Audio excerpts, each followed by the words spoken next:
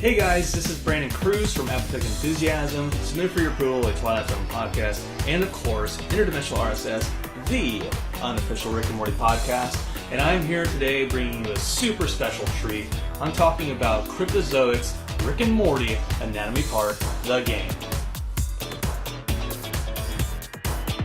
My first thought when I think of Anatomy Park is the first book that I ever read was Jurassic Park, and I was like 10 or 11, which is not super dating myself, although I was born in 82, doing carry the one.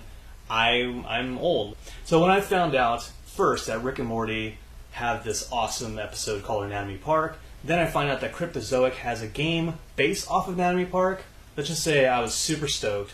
Had to reach out to Cryptozoic and say, okay, guys and gals, guys and gals, hit me up. Let me know. Let me get a taste. Let me get a taste of this.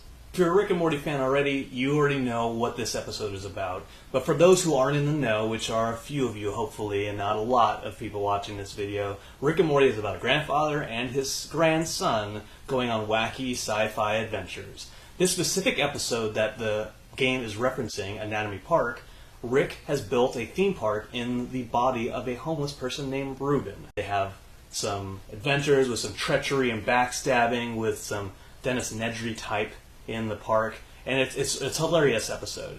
This particular board game, Rick and Morty Anatomy Park, the game, takes that central conceit and turns it into a almost different timeline, different dimension where the end of the episode doesn't happen, and all these characters, 6 characters total, go into the body and build a theme park of their dreams. One of the great things I initially noticed was how many nods are actually to the episode of the show. All the tiles that are in the game, they, for the most part, reference everything that's in the show. There's some new inclusions to it. There's characters, there's diseases in there. And Pirates of the Pancreas, fan favorite, is there, of course, and the Bone Train.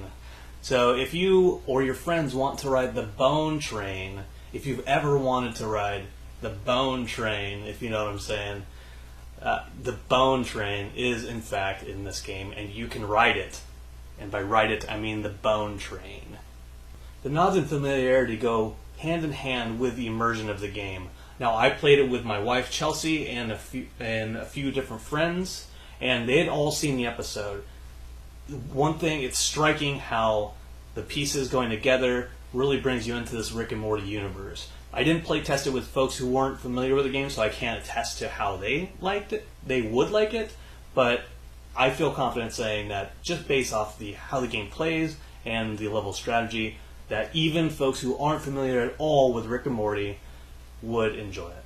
The gameplay here is actually pretty straightforward. There are 3 distinct phases to the game, 3 distinct phases for each turn of the game for each player. The first is a discard phase, the second is a movement phase, and the third is an action phase. The discard phase, if there is a disease on the tile as your character, then you must discard one. And yes, that's right, there are diseases here. Hepatitis C, fan favorite, but what? He is here and he is in style. He is in style. I don't know what that means, but he is there. The second phase, the move phase, the players have an option of doing one of 3 things. They can move their character, so they can move their character one by one each tile. They can move a disease if there's a disease in play, or they can move a tile. In the action phase, the player can do one of 5 things. They can place a tile, they can draw 2 tiles, they can shoot at a disease, they can exit Ruben, which I'll get into that in a second, or they can play a focus group card. And these tiles allow you to get rewards for placing tiles in specific ways. So you might play a focus group card or tile during your action phase, and it might say to place a tile in between a brown and a food tile. If you do that, because you have successfully appeased the masses, so to speak, well, you can get maybe 2 extra victory points, or maybe you can draw 2 tiles in addition to that. The ultimate goals for players is to place their tiles, earn victory points, and ultimately have the most victory points by the time either Ruben has a heart attack and dies, or all of the tiles are gone from. Now, there's a deck of cards called the Bodily Reaction deck, and what these cards are, let's face it, you are building a theme park inside of a human body. Well, there's going to be repercussions, certainly, and these Bodily Reaction cards are, in fact, that. What happens is, if you move a tile during your move phase, or maybe you shoot at a disease to try to kill it, or maybe you place a tile that says draw a Bodily Reaction card, you're basically moving crap around inside of Ruben, and he's going to have stuff like bloating, sharding, have a headache. The first time a heart attack card is drawn, that means that you and your fellow players have 2 full turns to get out of Ruben. Now, there are exit tiles that can also be placed alongside the attraction, the food, and the ride tiles. Once a second heart attack card is drawn, the game is immediately over. Now, the way the cards are shuffled, the 2 heart attack cards are actually on the bottom of the deck. They ensure that, so the first time somebody draws a Bodily Reaction card, that's not going to be the end of the game. I will say, though, that there's no penalty for not getting out of Ruben in time. So the sense of urgency isn't quite there. You might use some house rules to maybe lose some victory points if that's necessary. Or, in the actual rules, again, there's no penalty, but if you escape Ruben in time, you get 3 victory points for that. Speaking of house rules, there are some things that aren't necessarily clearly spelled out in the instruction manual. You can expect that from a lot of board games, a lot of strategy games sometimes, where you're just going to have to make an educated guess or decision or house rule to determine certain things. There are a couple of instances in this game where I just said, house rules, that person can move anywhere they want to. It doesn't specify. But again, as you play on, as you learn the mechanics of the game, some of those house rules start to make more sense. Now, for the game pieces themselves, they're really good quality. All the tiles are nice and thick. They're not gonna start warping and getting misshapen and falling apart on you. The character tiles, they go into these little stands, so do the diseases. They're pretty sturdy. Again, no worries about warping or deteriorating over time, really. I will say that there are a few typos on some of the tiles, but I fully expect, since this was an early release, for those to be gone. It's not really a big deal. I'm just a typo man, and I don't like typos just generally, so they always jump out at me. But some of the typos actually affected. We had to really explore and look at the card and be like, what is this trying to say? We figured it out. Then we use the house rule kind of thing. It just means opponent, and we move forward. There are player cards, not the player pieces, but there are player cards representing each one of the 6 characters, and that's Rick, that's Morty, that's Poncho, the backstabber from the actual episode, Roger, Alice, and of course my favorite, Dr. Xenon Bloom.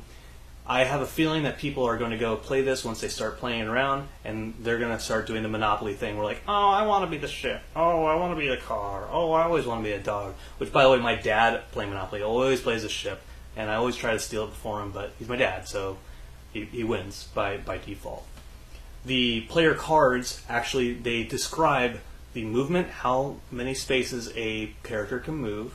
They describe the range of attack that they can attack from. So if it says 2 or says 3, they can attack 2 to 3 spaces away.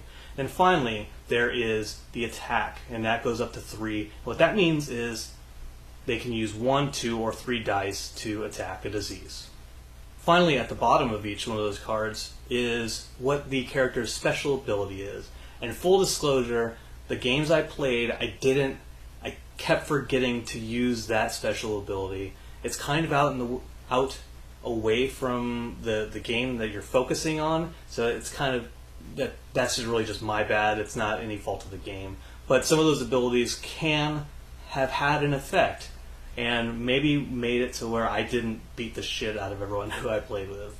But keep that in mind. To keep track of the victory points, there are these little buttons. They're about yay big, and they have a 1 on one side and a number 3 on the other. Now, when the cards have onesie, twosie victory points, handing those out and having to do a little bit of extra math was kind of tedious. The first game I played with my wife, just a 2-player game, we were handing them out and kind of keeping track of it like that. But for the next game I played, which was a 3-player game with me and 2 other friends, we forewent. We said we don't need these tiles, and I just grabbed a piece of paper and just tally marked. It was nice to have those little buttons with the numbers on them. But overall, it's just far easier just to keep tally marks and then erase if any victory points go away. Finally, there are master plan cards, and this is part of the advanced way of playing the game. You can play the game without these cards, and in fact, I did twice. I haven't played with them actually. But these master plan cards, what they are is they deal them out to each player, and what they have is color-coded patterns, which will, at the end of the game, after Ruben has died or all the tiles are gone, will grant you extra victory points for specific color combination of cards. It's just an extra level of strategy for an advanced player. I don't think it necessarily makes or breaks the game, but it could affect how your decisions are made whenever you decide, do I want to place this tile here for 2 now, or do I want to hopefully get 4 in the future? Overall, the gameplay is really smooth. I played 2 games. I played 2 games. I played one 2-player game with my wife Chelsea, and then I played a second 3-player game with a few friends from work. And what I found was that the 2-player game, 2-player games I think in strategy are a little bit hard unless they are specifically 2-player games, a la chess or checkers or Chinese checkers if you're playing with 2 people. Yeah. Anyways, chess and checkers. We'll stick with that. I found there was a little bit of downtime with, maybe I took a turn and I drew 2 tiles, and then Chelsea took a turn and she drew 2 tiles, and then I still didn't have 2 tiles to play on my next turn, and then she didn't have 2 tiles to play on her next turn, and so there was periods of downtime. Plus, you can strategize against the second player, but it's far more tit for tat when it's like I move a tile and she says no, I'm moving that tile back. It's not as expansive a strategy, I suppose. Moving on to the 3-player game, just that extra person changed the dynamic so much. It changed it so much that the person to my left, they make a move, I know kind of where I want to go with a turn. Then the player to my right plays. I'm like, okay, well, shoot, I need to change stuff up a little bit. The game is for 2 to 4 players, which is cool. There are 6 character tokens in altogether, but I don't know what's holding the game from being a 6-player game. I would like to, at some point in time, test the theory out and actually get 6 people together, 5 plus me, and play the game and see how that actually changes the dynamic. It might get a little hectic, possibly, but I don't necessarily see why they couldn't make it a 6-player game. Now, I can tell you, I enjoyed the heck out of this game. I loved it, and I'm a huge Rick and Morty fan, and I would say that even if I wasn't a huge Rick and Morty fan, I feel confident and comfortable saying that I would still enjoy the heck out of it. My wife, she likes Rick and Morty, certainly, but she's not a strategy game player. If I can get her to play Betrayal at House on a Hill, that's a lucky day for me. It has to be either Father's Day or my birthday, or I'm about to die tomorrow of cancer. This is how difficult it is for her to get and enjoy these types of games. Hell, even Catan, that's trying. Good luck on me. But this game, she actually left saying, "Oh, I like that game. I would like to play that again." The playstyle isn't super cutthroat for multiple players, but it still offers up enough strategy to get that competitive kind of feeling together. I don't know why I'm doing this. Even if you're not a die-hard Rick and Morty fan, I've been saying it, but this game is good. It is good, and I want to play it again. And I'm the type of guy who, if I play a game, I'm like, I don't know if I want to play it again. I will shove it in the back of the closet, never to be seen again. But this game, I'm going to keep at the forefront, and at parties, how cool of parties am I having if I'm playing board games? If you want to pick up this game, Anatomy Park is coming out this July 12th, 2017. Be sure to head out to your local board game shop, comic book store, Amazon, Cryptozoic. Go check it out. Go download it, you can't download it. Maybe you can download the date, maybe download this. I'm going to talk about it more on the podcast with my friend Travis, my friend and co-host Travis on Interdimensional RSS. Be sure to go out there if you want a little bit more kind of conversational talk about it. But again, July 12th, go out and get it if you're a Rick and Morty fan, or hell, if you're a board game fan in general. If you like this video and you want to see more of this type of video, be sure to like, be sure to subscribe, and let us know what you think. If you want to follow us, we're on Twitter, we're at Rick and Morty Pod, or you can check out our website, apatheticenthusiasm.com, where we have multiple podcasts, content, videos. We have it all, except maybe quality, consistent content. We got a lot of other stuff there. So thank you again, and until next time, I'm Brandon Cruz, and this is a video of a review of a game. Bye.